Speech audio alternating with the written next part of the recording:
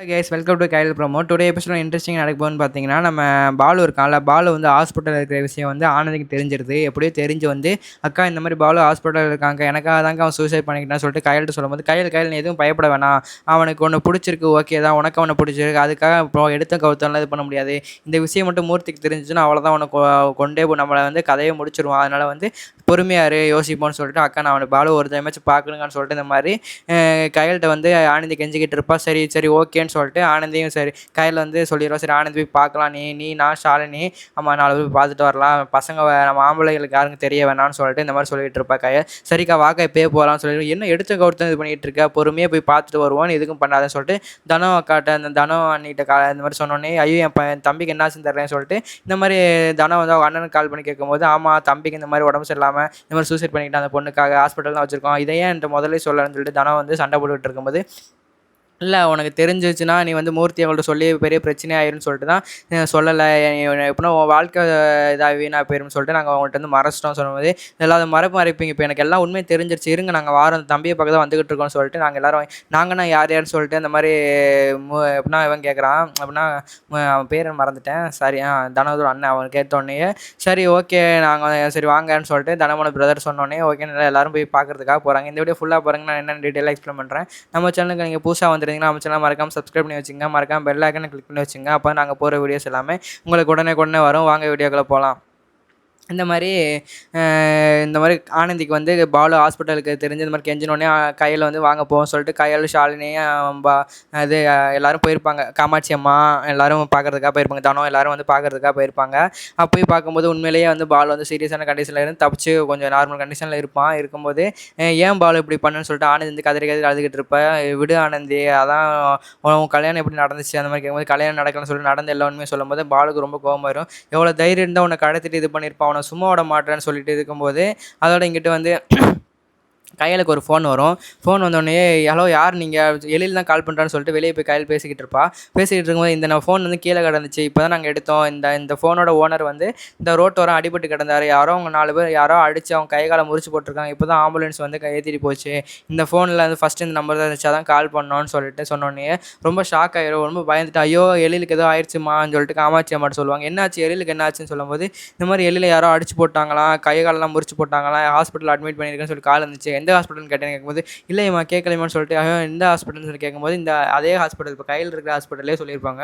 நாங்களும் அந்த ஹாஸ்பிட்டல் தான் இருக்கோம்னு சொல்லிட்டு இந்த மாதிரி விசாரிக்கும்போது பக்கத்து பார்த்தா பாலோட பக்கத்து ரூம்லேயே எழில் வந்து அட்மிட் ஆகிருக்காரு. போய் பார்க்கும்போது ரொம்ப ஷாக் ஆகிட்டு கையில் வந்து ரொம்ப அழுக ஆரம்பிக்கிறா. அழுதுகிட்டு இருக்கும்போது டாக்டர் வந்து பேஷண்ட் வந்து டிஸ்டர்ப் பண்ண வேணாம், அவர் கண் முழிச்சதுக்கப்புறம் நானே சொல்கிறேன், அவங்களுக்கு வந்து காலில் ரொம்ப அடிபட்டுருக்கு, ரொம்ப சிவியராக காலில் போட்டு அடிச்சிருக்காங்க, கால் இன்னும் கொஞ்சம்னா காலோட போன் எலும்பு லெக்கோட போன் எலும்புலாம் உடஞ்சிருக்கும், நல்ல வேலை இப்போதைக்கு லைட்டாக அது இருக்குது, நீங்கள் வந்து ஒரு 5 months வந்து அவங்கள வந்து எதுவும் நடக்கூடாமல் இதெல்லாம் பார்த்துக்கணும், கண் முடிச்சதுக்கப்புறம் நீங்கள் போய் பாருங்கன்னு சொல்லிட்டு இந்த மாதிரி கையல்கிட்ட சொன்னோன்னே கையல் ரொம்ப அழுதுகிட்டே கடவுளே எதுக்கு என்ன ஏன் இப்படி சோதிக்கிற, எனக்கு மட்டும் ஏன் ஒன்றுக்கு மேலே ஒன்று நடந்துக்கிட்டே இருக்குன்னு சொல்லிட்டு இந்த மாதிரி கையல் வந்து அழுதுகிட்டு இருப்பா. அதோட காமாட்சி அவங்க வந்து ஃபீல் பண்ணாதுமா, எழில் மாப்பிள்ளைக்கு எதுவும் ஆகாது இந்த மாதிரி சொல்லிட்டு இருக்கும்போது அவரோட கையில் வந்து மூர்த்தி எல்லாரும் கால் பண்ணி சொல்லுவாள், இந்த மாதிரி உங்கள் மாமா அடிபட்டு இந்த மாதிரி மாப்பிள்ளை அப்படின்னா எழிலுக்கு வந்து அடிபட்டு கிடக்குன்னு சொன்னோன்னே மாப்பிள்ளைக்கு என்ன சொல்லிட்டு மூர்த்தி பயந்துட்டு மாமாக்கு என்ன சொல்லி அன்பு எல்லாருமே வந்திருப்பாங்க ஹாஸ்பிட்டலுக்கு வந்துட்டு ரொம்ப ஃபீல் பண்ணிட்டு எல்லோரும் இருக்கும்போது ஆனந்திலாம் இங்கிட்டு பாலுவை பார்க்குறது எழில பார்க்குறது 2 இது பண்ணிகிட்டு இருப்பாங்க.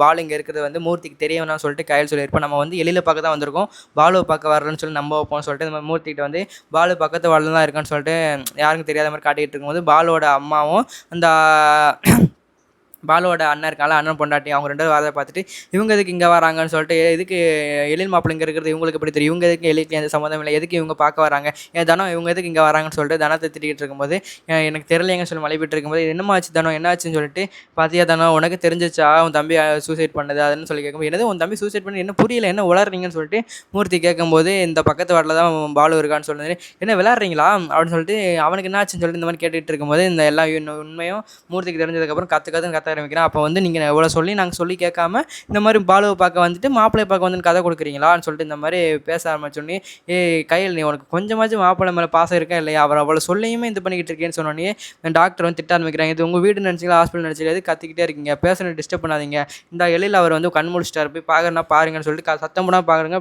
பேஷண்ட் வந்து டிஸ்டர்ப் பண்ணாதீங்கன்னு சொல்லிட்டு இந்த மாதிரி சொல்லிட்டு டாக்டர் போனோடனே உள்ளே போய் கையில் உள்ளே போனோடனே எழில் மூஞ்சி திருப்பிட்டு இப்போ எதுக்கு யாரை கேட்டு நீங்களாம் உள்ளே வந்தீங்க என்ன நிம்மதியாக இருக்க மாட்டீங்களான்னு சொல்லிட்டு இந்த மாதிரி சொல்லிட்டு இருக்கும் இருக்கும்போது, இது எல்லாத்துக்கும் காரணம் நீ தான் கையல் இந்த மாதிரி சொல்லும்போது, நான் என்ன பண்ணேன் எழில்னு சொல்லும்போது, ஆமாம் இந்த உன் தங்கச்சி லவ் பண்ணுறால பாலு அவனோட ஃப்ரெண்ட்ஸ் தான் என்னை போட்டு இந்த அடி அடித்து காலை உடச்சிருக்காங்கன்னு சொல்லும்போது, எனக்கு புரியலன்னு சொல்லிட்டு ஆனந்தெலாம் ரொம்ப முழிச்சுக்கிட்டு இருக்கும்போது, ஆமாம் இந்த மாதிரி நான் வந்து உன் வீட்டில் கோச்சிட்டு வந்து உட்காந்துருந்தேன்ல, அப்போ வந்து உன்னை நினச்சிட்டு உட்காந்துருக்கும்போது இந்த மாதிரி பாலோட ஃப்ரெண்ட்ஸ் வந்து நான் அடின்னு அடித்தாங்க. கேட்டால் பாலு தான் அடிக்க சொன்னால் சொல்லி அடித்தாங்க அப்படின்னு சொன்னோன்னே ஆனந்திக்கு வந்து ரொம்ப டென்ஷன் ஆயிடுது.